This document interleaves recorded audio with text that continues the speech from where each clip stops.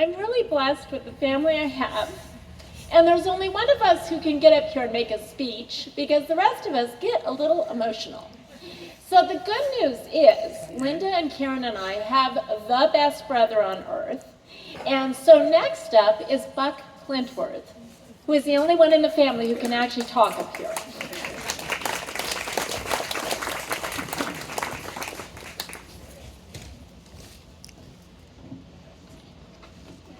Well, thank you, Sharon. I was incredibly blessed to have Linda as a sister. Life isn't always fair. If it was, Linda would still be here with us. But one of the things that she taught me was that you have a choice as to how to live your life. When you grow up with someone, it's possible that you don't always see how they change as they get older.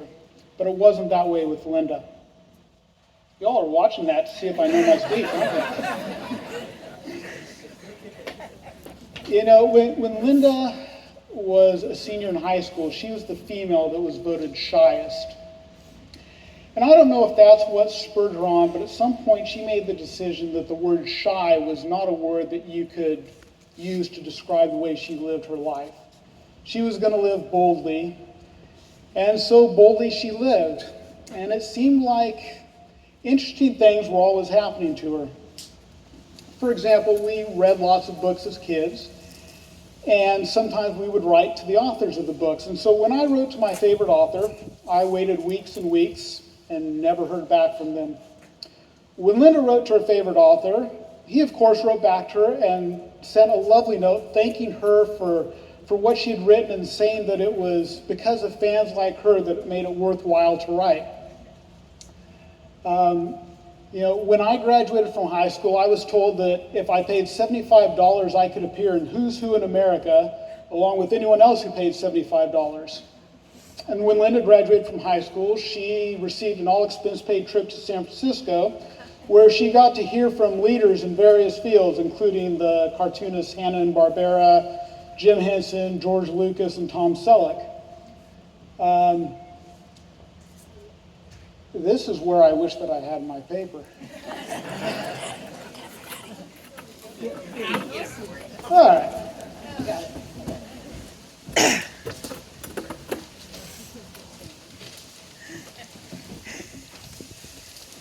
If I ever, back in the old days, we used to put film in camera. And whenever I had problems changing the film in my camera, I would invariably either expose the film or put it in wrong so that the pictures never turned out. Of course, Linda, when she had problems changing the film in her camera one time, the person standing next to her who changed the film for her was a Nobel Prize-winning chemist.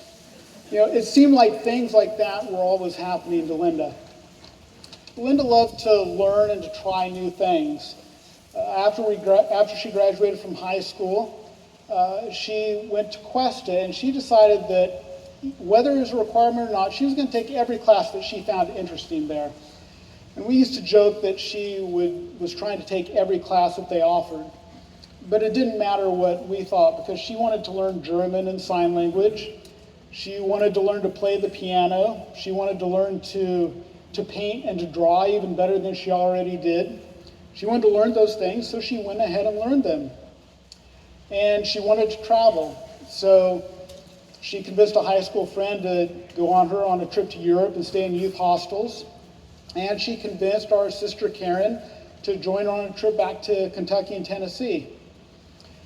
Now, the purpose of that trip back to Kentucky was because her favorite racehorse lived back there. Her favorite racehorse was retired and was stabled back there. And so they went back, and for several days in a row, they went and got to see the horse. And of course, Linda being Linda made friends with the person who was grooming the horse, so that on the last day, the woman said, "Hold on a second," before they left. And the woman left, and when she came back, she had a couple strands of hair from the tail of the horse and gave it to Linda, which Linda kept in a scrapbook. Now, normally that would be the highlight of the trip, or at least the story that you tell and everyone would remember. But that's not the story from the trip that lives on in Clintworth lore. Because Linda had an innocence about her to go along with her boldness. And so, after leaving Kentucky, they drove to Tennessee. And as they were driving through Tennessee, Linda realized that they were near Fort Knox. So she said to Karen, hey, let's drop in and see if we can take a tour of Fort Knox. Now, Fort Knox is not like the Hershey factory that you just drop in, take a tour, and they give you a free sample at the end. The U.S. doesn't do that with their gold depository. So, for a normal person, what would happen? You'd drive up to the main gate, you'd say, can we come in? They'd say no, and you'd leave. But this was Linda. They somehow ended up on a back road. And off of that back road was a back entrance to Fort Knox. There was just one little guard shack there with no guard visible and no barricades up. So she thought, hey, we can just drive right in to take our tour. So she drove right in. And then there was a loud thump, and there was a military policeman, spread eagle on the hood of their rental car, pointing a gun at her, telling her to stop.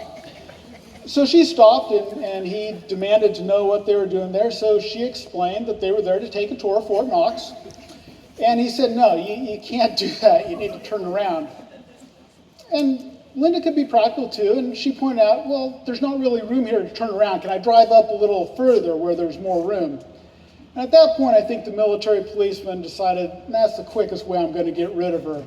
So he kept a close eye on her as she drove up further, closer to America's gold reserves, and then turned around and came back. Linda loved to try new things. She wanted to learn to fly, so she went ahead and took lessons and got both her helicopter and fixed wing licenses.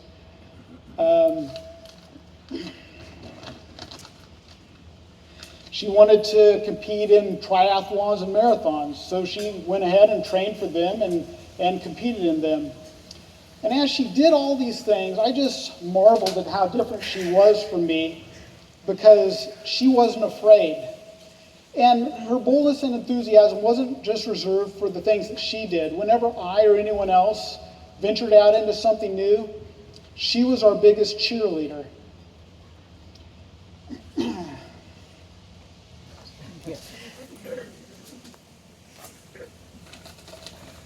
As a brother, there's always a question when a guy enters your sister's life, and that question is he good enough for her? And I don't know that I could have described who the perfect guy was for Linda, but when I saw Linda and Ron together, it was clear. Not only was he good enough for her, but he was good for her, and he was good to her. Now, Ron had an inkling of what he was getting into with Linda, because before they started dating, they worked together out at the airport. And there was one job in particular. It was a couple-day job. They were working up north. And Linda was driving the fuel truck, and Ron and another person were flying. And at the end of the day, they'd finished the job, so they were heading their separate ways, going back to their hotels. And as Linda was driving back to her hotel, she passed a bar, and outside the bar, there was a gang of bikers. And these were tough-looking guys you wouldn't want to mess around with. They were your stereotypical ones, big, bulky guys, black leather jackets, tattoos, big bushy beards. So Linda stopped and got out and went over to them, and she was admiring their motorcycles. And she commented to one of them, I've always wanted to ride on a motorcycle. So one of them said, well, hop on. So she hopped on the back, and he got on, and they took off down the road. Now, the next morning, as Linda is recounting this story to Ron, he is just appalled and looking aghast, and he said, Linda, you can't do that. And Linda, in all seriousness, replied, what? I wore a helmet. With Ron, Linda had the perfect person to share her adventures with. And their time together was far too short, but I can guarantee you this, she loved every minute of it. So Ron, I want to thank you for coming into Linda's life and for loving her well. And I want to thank Linda for the example she set on how to really live. Thank you.